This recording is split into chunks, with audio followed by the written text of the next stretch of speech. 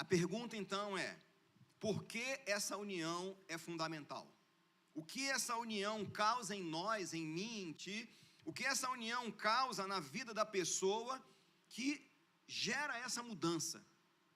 Então, se você observar os versículos de 1 a 4, a Bíblia, vou ler novamente. Portanto, se fostes ressuscitados juntamente com Cristo, buscai as coisas lá do alto, onde Cristo vive assentado à direita de Deus. Pensai nas coisas lá do alto, não nas que são aqui da terra, porque morrestes, e a vossa vida está oculta juntamente com Cristo em Deus. Olhe, quando Cristo, que é a nossa vida, se manifestar, então vós também sereis manifestados com Ele em glória. O primeiro aspecto, então, dessa união, dela ser fundamental, é porque muda nossas perspectivas, muda a nossa cosmovisão, a nossa visão de vida, pela transformação operada dentro do nosso coração.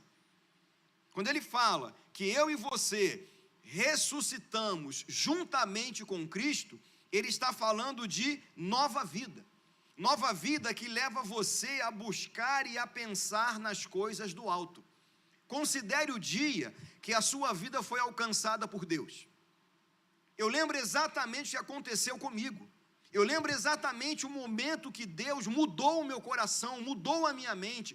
Ou seja, o momento que Deus me converteu pelo Espírito, que mudou o meu coração para eu viver para Ele. Então, isso a Bíblia chama de novo nascimento, nova vida, que você ressuscitou com Ele. E aí, você está agora pronto para buscar, desejar, sabe, essas coisas que são do alto. A categoria, os seus pensamentos restaurados, segundo a vontade de Deus, levam você agora a pensar, a considerar as coisas que pertencem a Deus. A vida na perspectiva de Deus. Ou seja, Deus e sua vontade passam a ser objeto do nosso total interesse. Eu zombava, eu era um blasfemo, eu era um incrédulo, a minha vida não glorificava a Deus. Como pode, de um dia para o outro, eu passar a entender as coisas de Deus e falar dessas coisas como quem tem um conhecimento de muito tempo? Isso só pode ser obra de Deus, essa nova vida que foi gerada em nós, em cada um aqui, pela ação secreta do Espírito Santo. Então a Bíblia está dizendo, se você ama o Evangelho, se você deseja viver integralmente a missão de Deus no seu dia a dia, entenda isso, algo em você mudou, a vontade de Deus agora é objeto do seu interesse, mas isso é fruto do coração que passa a sentir essa necessidade, viver para Deus, viver a vontade de Deus. E aí, a dureza do nosso coração foi removida, não é isso? E nós agora temos sensibilidade para essas coisas que são do Senhor. Então, quando hoje eu penso no meu dia a dia da vida, nas possibilidades de pecar e não pecar, de fazer o que agrada a Deus e de fazer aquilo que desagrada a Deus, o que vem no meu coração é: você é uma pessoa que foi transformada. O que vem no seu coração, o que vem na sua mente, você é uma pessoa que foi transformada. A vontade do Senhor está no seu coração, está na sua mente. E esta vontade começou hoje, ou seja, no dia do seu encontro com o Senhor, no dia da sua conversão, no dia da sua transformação, e ela será levada até o dia do Senhor, que você estará com Ele na glória para sempre. Então o texto nos dá uma perspectiva no momento. Pense nas coisas do alto, busque as coisas do alto, mas lembre-se também, você morreu, e um dia você vai ressuscitar com Ele, e essa obra será então completada. Hoje você e eu ainda sofremos. Você e eu ainda somos imperfeitos. Nossa natureza carnal está aqui. Eu e você lutamos ainda com nossas fraquezas e dificuldades na natureza carnal. Mas a nova vida, a geração do Espírito em nós, a vontade de Deus gerada pelo Espírito em nós, nos impulsiona para os valores do alto. Não, peraí, a minha carne é fraca, mas o Espírito de Deus em mim me capacita. O desejo carnal é muito forte, mas a vontade de Deus é maior. Eu posso fazer escolhas contrárias à vontade de Deus, mas espera aí, o meu prazer é viver para Deus. Ou seja, você entende a vida na perspectiva de alguém que está cumprindo a sua missão, como quem foi chamado, como que é chamado por Deus para cumprir essa missão. E aí, o segundo aspecto, por que essa união é fundamental? Porque capacita cada um aqui a submeter sua natureza carnal e os seus desejos enganosos. Você poderia perguntar, Robson, assim como você acabou de dizer, é exatamente o que eu sinto. Há dias que eu me sinto forte, mas há dias que eu quero me esconder debaixo da cama, não quero nem pensar em receber uma mensagem do pastor Jackson, eu estou mal pra caramba. Há dias, Robson, que me dá vontade de ouvir todos os cultos, assistir todas as programações da igreja, que eu estou me sentindo assim, parece que cheio, motivado, impulsionado. Mas parece que há dias que estou arrastando, sabe? Parece que tem peso aqui, ó. Então, isso não quer dizer que a obra que Deus fez na sua vida não está em processo, não está acontecendo. A obra a nova vida, o coração regenerado, sabe, o Espírito de Deus em você testificando que você é filho de Deus, isso não mudou em nada. O problema é que sua natureza carnal, ela é fraca. Minha natureza carnal é fraca. E aí, eu preciso tomar consciência disso, sempre lembrar isso. Eu morri com Cristo, mas eu também estou vivo com Cristo. Deus mudou a minha história. Então, a partir daquilo que Deus operou em mim, eu posso viver amando o Evangelho, fazendo a missão, cumprindo a vontade do meu Deus, porque o meu Deus me sustenta nas minhas fraquezas. E aí o texto nos ensina uma coisa muito importante. Observe os versículos novamente de 5 a 11. Lembre-se, você recebeu nova vida, então o texto vai dizer para a gente: fazei, pois, morrer a vossa natureza terrena. Amém? Fazei, pois, morrer a vossa natureza terrena. É um imperativo. O Senhor está dizendo, uma vez que vocês entenderam o que eu fiz em suas vidas, uma vez que você tenha consciência da mudança que foi operada no seu coração, na sua mente, pela ação do Espírito, você agora tem autoridade para subjugar a natureza carnal. E aí você conhece, o texto diz: prostituição, impureza, paixão lasciva, desejo maligno, avareza, que é a idolatria. Então, pecados de natureza de imoralidade, pecado de natureza de apego aos bens materiais, a idolatria, as coisas do mundo. E o texto vai dizer, por estas coisas, versículo 6, é que vem a ira de Deus sobre os filhos da desobediência. Você hoje não é mais um filho da desobediência, você é filho da obediência, regenerado pelo Espírito Santo, para viver em comunhão plena com Deus e fazer a vontade de Deus.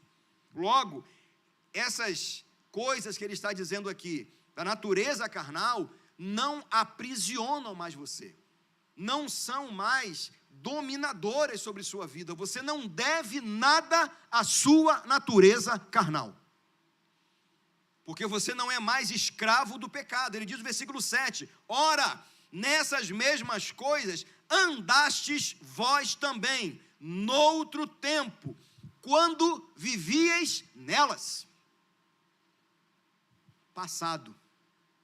as coisas velhas, para o apóstolo Paulo aqui, passaram. Deus, pela ação transformadora do Espírito, mudou a sua história. Então, o que Deus está pedindo de nós, Ele mesmo nos capacitou para que nós façamos. O que Deus pede, que nós façamos a sua vontade, que nós vivamos como sal da terra, como luz do mundo. O que Ele manda para nós aqui, em sua palavra, como imperativo, como indicativo para o nosso dia a dia, Ele mesmo nos capacitou pelo Espírito para que nós vivamos. Você não é mais um prisioneiro do seu passado. Então, a sua vida hoje pode e deve corresponder plenamente à vontade de Deus. Versículo 8. Agora, porém, despojai-vos igualmente de tudo isto. Olha, ira, indignação, maldade, maledicência, linguagem obscena do vosso falar. Não mintais uns aos outros, uma vez que vos despistes do velho homem com os seus feitos, e vos revestistes do novo homem, que se refaz para o pleno conhecimento segundo a imagem daquele que o criou, no qual não pode haver grego nem judeu, circuncisão nem circuncisão, bárbaro, cita, escravo, livre, porém, Cristo é tudo em todos. O que é isso? Isso mostra para nós, meus irmãos, que a nova natureza, ou seja, o que gerou, o Espírito de Deus que gerou em nós a nova vida, ela é incompatível com uma vida de pecado, é incompatível com um testemunho de contradições. Então, eu e você recebemos o quê? Primeiro, Deus tirou as vestes velhas, nós fomos desvestidos, aquela roupa que nos envergonhava, aquela roupa de pecado, aquela roupa de humilhação, Deus tirou. E Deus então fez o quê? Nos revestiu, nos deu uma nova roupa, que é a roupa de Jesus, que é o revestimento em Jesus, que é essa nova vida em Cristo, apesar da natureza carnal estar aqui, apesar das fragilidades do velho homem.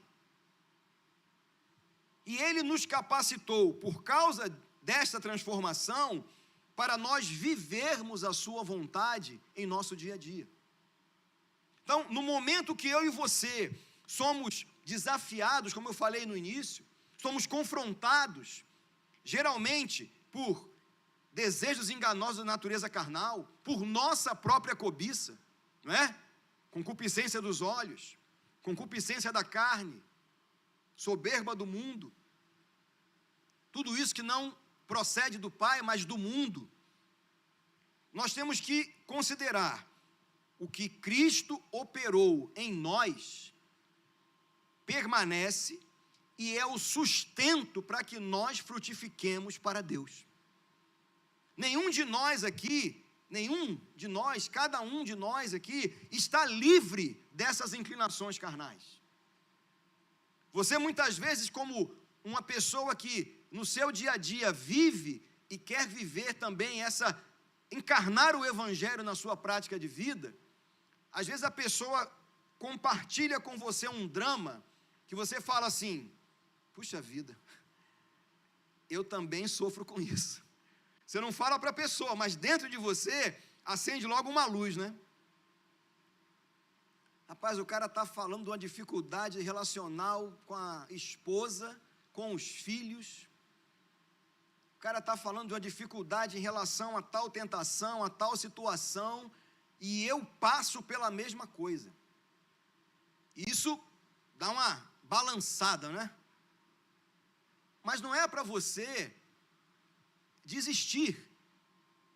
Não é para você se entregar a esse pensamento, ai meu Deus, eu não presto para nada mesmo, sabe aquela coisa de autocomiseração, sabe aquela coisa que distorce completamente a imagem de Deus na sua vida. É para você reconhecer como Paulo, olha, eu sou o principal dos pecadores, mas em mim o principal, Cristo evidenciou a sua completa longanimidade, misericórdia, para que eu servisse de exemplo a todos. Então, a minha suficiência não é minha, a minha suficiência vem de Deus, e eu vou viver para o meu Deus. Sabe, quando você é confrontado, quando eu sou confrontado Isso é bom, porque a prova é para que nós sejamos evidenciados aí, provados e aprovados como servos de Deus que vivem para a glória de Deus. Se alguma coisa estiver fora de eixo aqui, fora do encaixe, Deus vem com seu ajuste fino.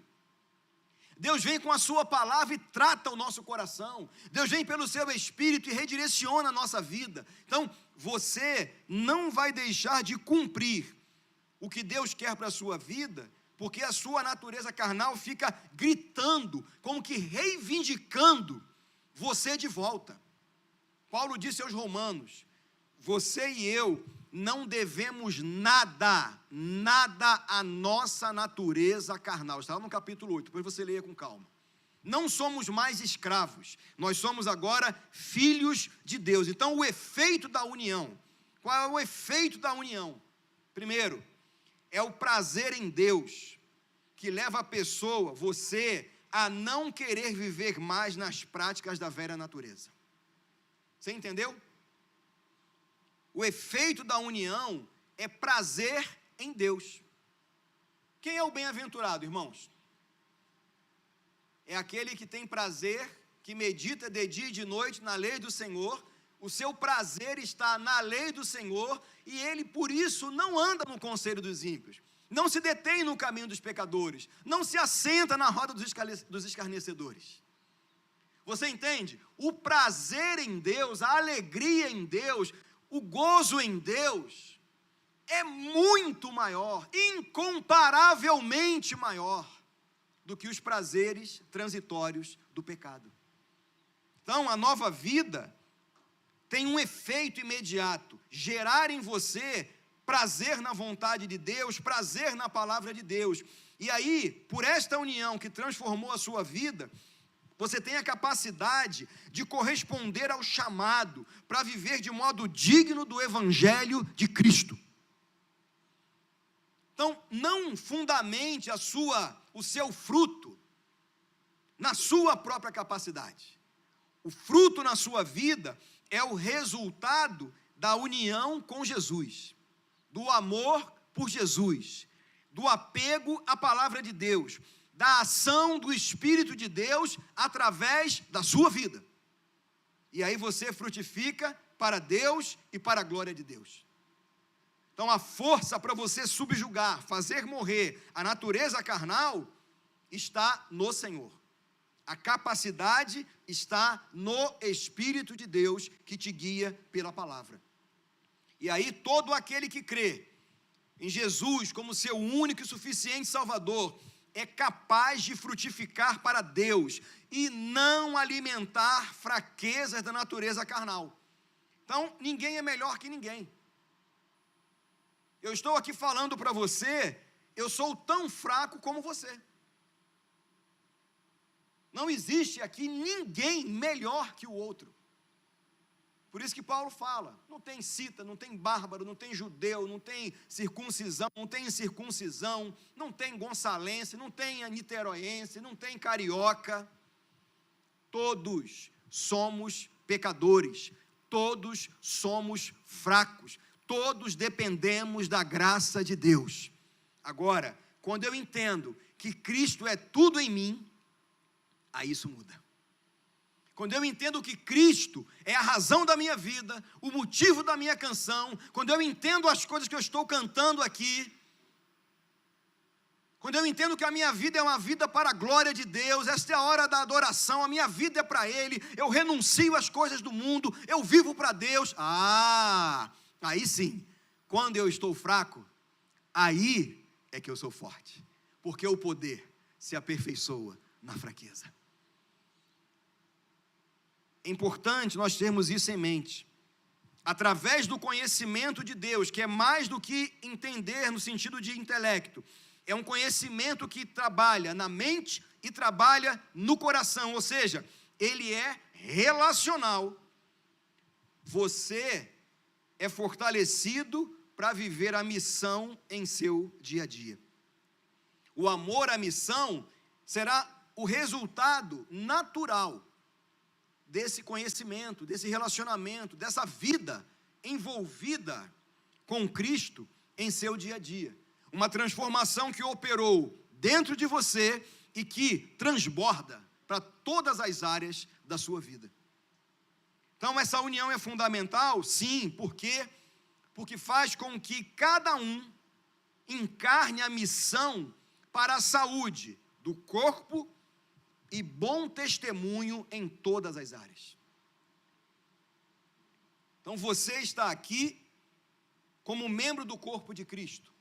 Você está aqui como uma pessoa que foi chamada por Deus e inserida no corpo, colocada como membro desse corpo. E esta união faz toda a diferença. Então, qual o resultado disso?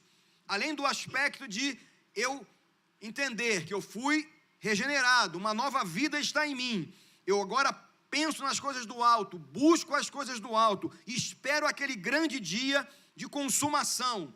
Eu entendi que eu subjugo minha natureza carnal. E agora?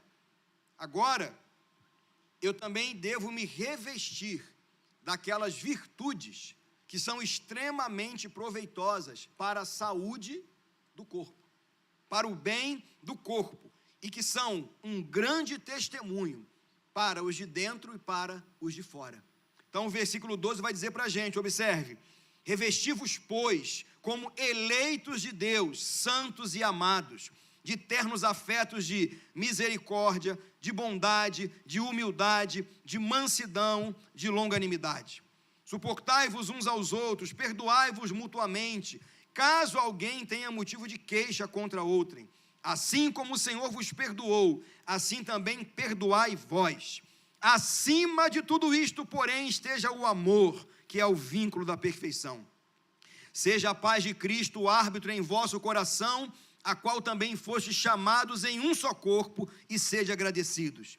Habite ricamente em vós a palavra de Cristo, instruí-vos e aconselhai-vos mutuamente, em toda a sabedoria, louvando a Deus com salmos e hinos e cânticos espirituais, com gratidão em vosso coração.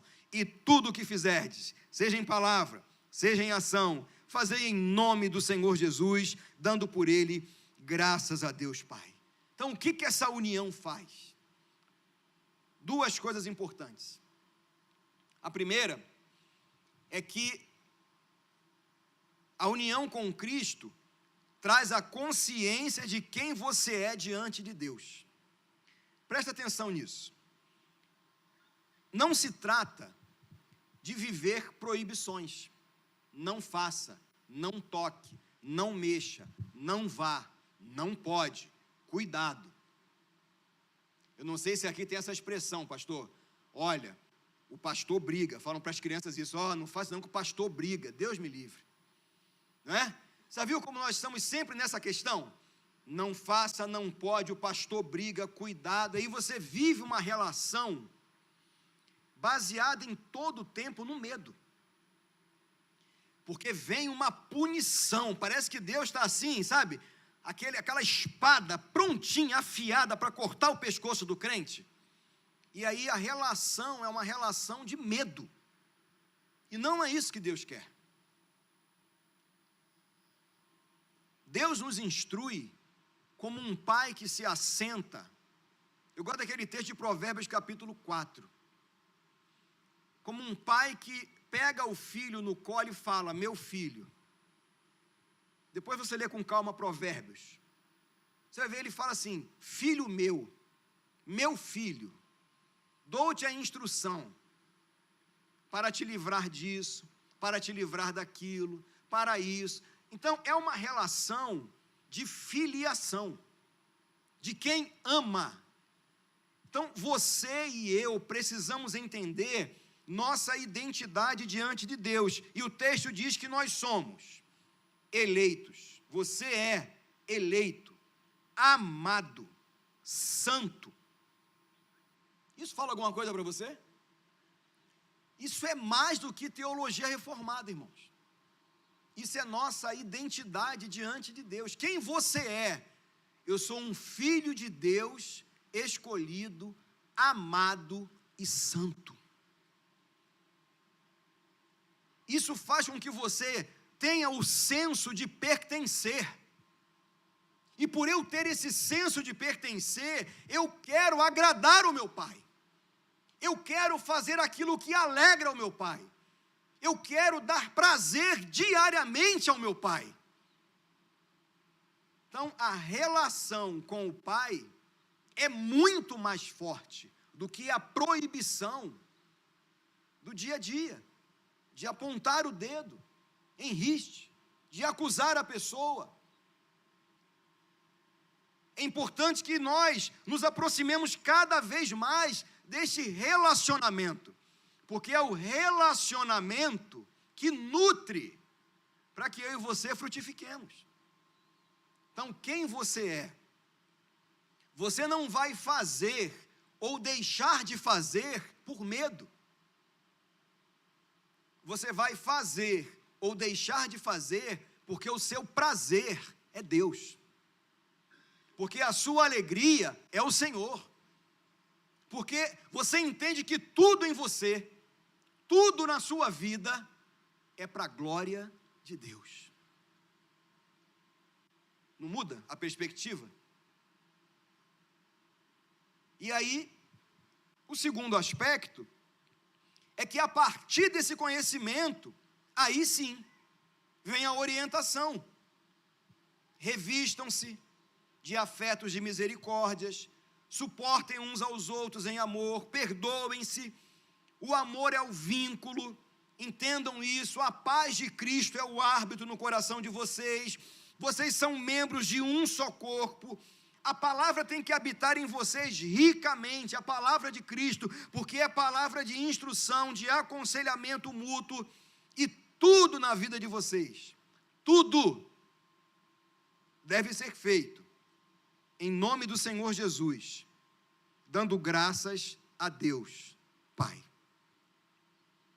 Você percebe que, pela ação de Deus em nossa vida, desde o princípio, nós encarnamos a missão num fluxo. Eu me relaciono com Ele, eu me relaciono com a vida, e aí eu dou fruto na vida para a glória dEle, eu expresso no meu dia a dia essa imagem de Cristo para a glória de Deus. É mais do que uma polícia religiosa que fica monitorando o tempo todo os cristãos. Você é livre para viver para Deus.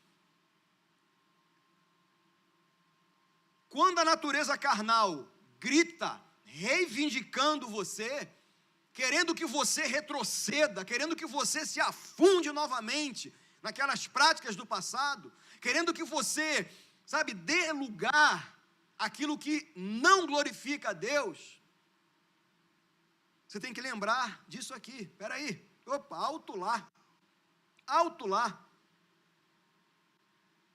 Eu pertenço àquele que é o Pai das luzes, em quem não pode haver variação ou sombra de mudanças.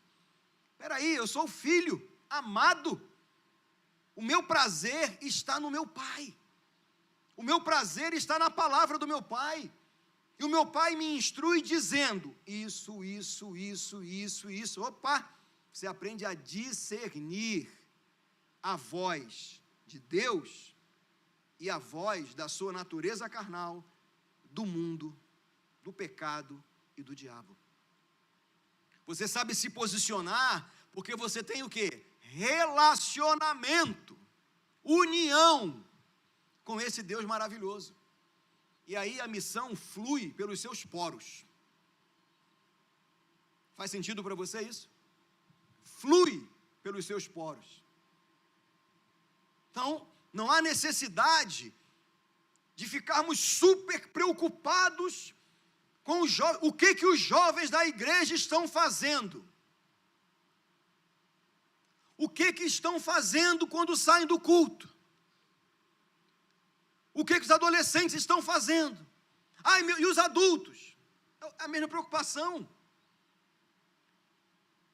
Se nós direcionarmos nossa vida para esta comunhão, o nosso prazer estará no Evangelho. E aí o Espírito de Deus vai mostrar claramente, e já mostra, qual é a vontade do Pai. Vai testificar de maneira inconfundível qual é a vontade do Pai. E aí eu direciono essa minha inclinação para Deus. Não mais para alimentar os desejos enganosos da minha natureza carnal. Isso se manifesta no dia a dia como renúncia pessoal. Isso se manifesta no dia a dia com um rompimento de fato com situações que me escravizavam no passado. Com situações que são ali gatilhos para coisas que não glorificam a Deus. Não adianta apenas eu tirar essas coisas. Eu tenho que entender que eu preciso substituí-las por aquilo que de fato é a vontade de Deus. Aí pronto, encaixou ali a vontade de Deus, eu tenho muito mais forças para resistir. E eu finalizo dizendo a você o seguinte: amar o Evangelho é viver a missão e o chamado para cada um que está unido a Cristo. O que Deus quer dos seus filhos é que vivam esta verdade em seu dia a dia, através dos relacionamentos em todas as áreas da vida, seja na família, no trabalho, na escola, igreja, futebol com os amigos, reunião com as amigas, não é? Bate-papo informal, redes sociais, ou seja, em tudo mesmo, meus irmãos, em tudo. Nós somos um povo que deve encarnar a missão. O que você é aqui no lugar de culto, através da rede social, os que estão nos assistindo, que estão também no culto, você é em todas as áreas. Então, Deus não chamou você para ser um cristão mascarado, hipócrita, mentiroso. Deus chamou você para viver a identidade de cristão. Você é um eleito, você é um santo, você é um amado, que foi chamado para viver para Ele. E aí Paulo fez uma oração que você depois acompanha em Colossenses 1, de 9 a 12. Eu vou transcrevê-la aqui, ler para você. Por esta razão, também nós, desde o dia em que o ouvimos, não cessamos de orar por vós e de pedir que transbordeis de pleno conhecimento da sua vontade, em toda a sabedoria e entendimento espiritual, a fim de viverdes de modo digno do Senhor, para o seu inteiro agrado, frutificando em toda boa obra e crescendo no pleno conhecimento de Deus, sendo fortalecidos com todo o poder, segundo a força da sua glória, em toda a perseverança e longanimidade, com alegria, dando graças ao Pai, que vos fez idôneos a parte que vos cabe da herança dos santos na luz. Meus irmãos, isso aqui é uma oração. É uma oração de Paulo pela igreja de Colossos. Esta mesma oração é a que eu faço nesta manhã, pela igreja de Deus que se reúne neste lugar. Por nós, cada um aqui, crescer nesse conhecimento, para que frutifiquemos para Deus, e em tudo, nosso testemunho seja para a glória de Deus, com ações de graças. Amém? Deus eterno, Deus maravilhoso e fiel à sua palavra, nós bendizemos o teu santo nome, que ouvimos da tua parte por tua palavra nesta manhã. Submetemos ao Senhor o nosso coração, entregando nossa vida, para que o fruto da nossa vida redunde na tua glória sempre, no teu louvor sempre.